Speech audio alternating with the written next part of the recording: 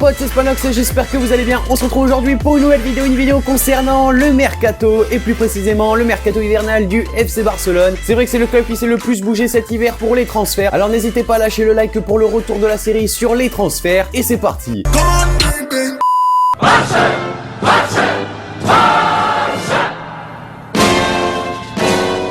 On commence avec les arrivées et Philippe Coutinho qui est le premier à être arrivé du côté du FC Barcelone en provenance de Liverpool comme vous le savez. Alors le Barça a payé une somme de 160 millions d'euros pour le milieu de terrain brésilien et dans ces 160 millions d'euros il y a notamment 40 millions de bonus et une partie qui serait apparemment prise en charge par le joueur qui s'élèverait autour des 10 millions d'euros. Alors c'est vrai que c'est un transfert qui est dans les petits papiers du FC Barcelone depuis un petit moment. Ils voulaient le recruter même avant le départ de Neymar du côté du Paris Saint-Germain et cet hiver les contacts ont bien fluctué et Coutinho a pu poser ses valises du côté de la Catalogne.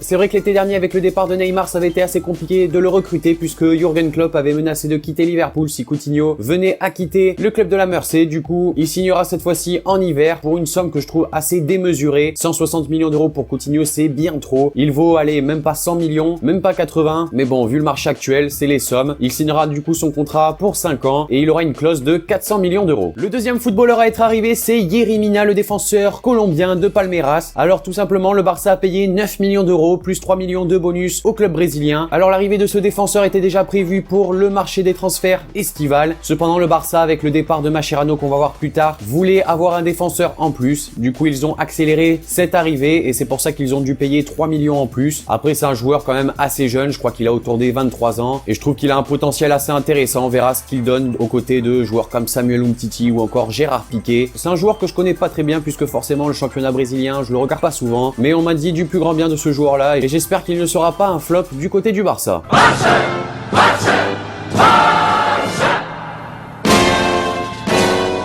On enchaîne avec les départs. Premièrement, c'est Arda Turan qui va rejoindre le club de Başakşehir Istanbul en Turquie. C'est un club qui a notamment des joueurs comme Gaël Clichy, Gökhan Inler ou encore Emmanuel Adebayor. Certes, c'est des joueurs en fin de vie, mais c'est des joueurs quand même qui ont eu une belle carrière. Alors pour Arda Turan, il va être prêté pour une saison et demie, soit jusqu'en juin 2019. Le Barça souhaitait au départ négocier un transfert. Il souhaitait quand même récupérer une certaine somme puisqu'il est arrivé en 2015 pour 34 millions d'euros. Et malheureusement, le club turc n'a pas voulu payer, tout comme les autres clubs qui étaient intéressés par Arda Turan. Du coup ils prendront en charge seulement le salaire, mais qui est déjà assez important puisque le Turc touche à peu près 8 millions d'euros annuels. Ce sera déjà ça en moins pour le FC Barcelone. Un autre départ, je vous en ai parlé un peu précédemment, c'est Javier Mascherano qui va rejoindre la Ligue chinoise, le AB Fortune plus précisément, où il rejoindra notamment son compatriote Ezequiel Lavezzi, ex-joueur du Paris Saint-Germain. Alors le AB Fortune devrait payer une somme autour des 10 millions d'euros pour Javier Mascherano. Alors 10 millions d'euros pour Mascherano c'est quand même pas mal par rapport à son âge et les peu de matchs qu'il est en train de jouer. Je pense que 10 millions c'est pas mal. Le Barça a su quand même pas mal amortir ce transfert. Après c'est vrai qu'il l'avait payé plus cher, mais bon du côté de Liverpool il était vraiment au top. Mascherano aura fait vraiment un gros taf du côté du Barça. Il était arrivé MDC, il repartira DC, mais c'est un joueur avec une énorme qualité, une grinta assez incroyable et il aura apporté beaucoup de choses au FC Barcelone. Un autre départ c'est Gérard Deulofeu qui pourrait rejoindre Naples pour un transfert qui s'estimerait autour de 20 millions d'euros. Alors c'est pas encore fait. Il y a également l'Inter qui aurait proposé un prêt au Barça, mais ils ne sont pas intéressés par un prêt. Ils veulent vraiment transférer le joueur espagnol. Du coup Naples serait une possible sortie pour Deulofeu qui croit encore à la Coupe du Monde 2018 avec l'Espagne. Forcément à Naples il aurait peut-être plus de temps de jeu, c'est même certain qu'il aurait plus de temps de jeu qu'avec le Barça, donc c'est à lui de décider ce qu'il veut faire. Mais je pense que Naples est vraiment une très bonne équipe. Du coup le transfert je pense est en bon chemin. Un autre joueur de la Masia qui pourrait partir c'est Rafinha, le frère de Thiago Alcantara. Alors l'Inter de Milan est très bien parti pour s'attacher les services du joueur brésilien, mais maintenant il y a un petit point sur lequel les deux équipes ne s'entendent pas, c'est l'option d'achat puisque le Barça propose un prêt avec option d'achat de 25 millions d'euros et l'Inter eux propose seulement 20 millions d'euros en option d'achat. Du coup c'est ces 5 millions qui retardent un peu l'opération, mais je pense que le transfert de Rafinha du côté de l'Inter Milan devrait avoir lieu et c'est également comme à l'image de Deulofeu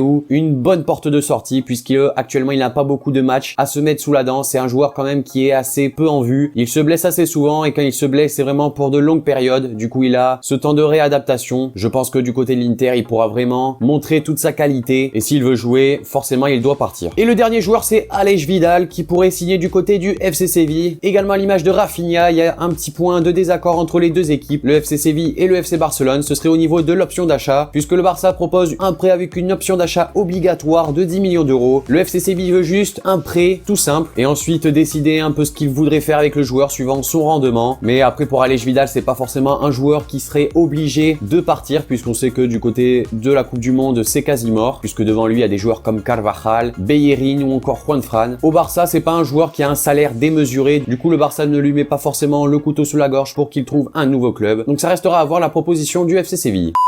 Donc voilà les amis, cette vidéo sur les transferts, le mercato hivernal du FC Barcelone est maintenant terminée. N'hésitez pas à me dire dans les commentaires ce que vous en avez pensé, des différents joueurs et surtout des différents transferts dont je vous ai parlé dans cette vidéo. N'hésitez pas à lâcher le like pour le retour de la série sur les transferts. Abonnez-vous si c'est pas déjà fait. Moi je vous dis à la prochaine pour une nouvelle vidéo.